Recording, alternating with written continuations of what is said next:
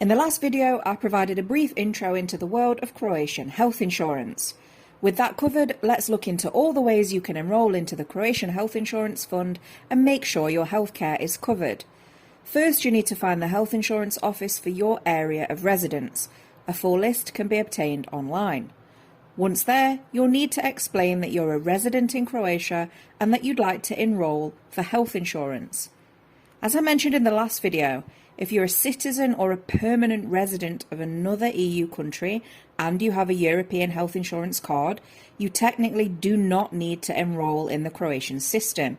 This is because you shouldn't be publicly insured in two EU member states at the same time. You can enrol, but you'll need to provide proof that you're no longer insured by the other EU country in question. This is where things can get a bit complicated. It's technically the Croatian Health Insurance Fund which needs to seek this proof, not you. If they ask you for it, let them know that you're not the one that needs to be chasing it, they are. If you're not asked, and if you're an EU citizen or a permanent resident in another EU country, you can enrol. Your first step is filling in the form, and you'll be given that when you're there.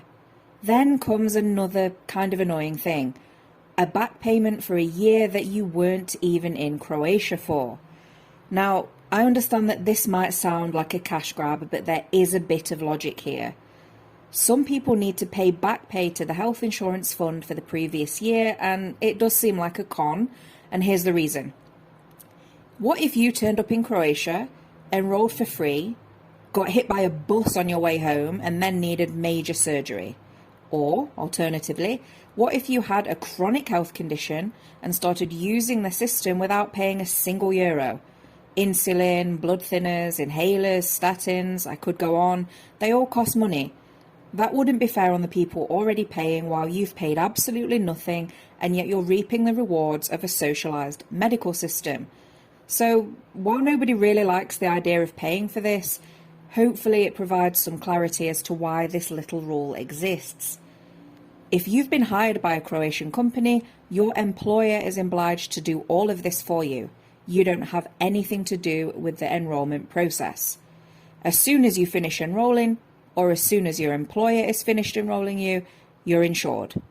You'll be given paper confirmation, and you can use this if you do need medical help as proof of you being insured.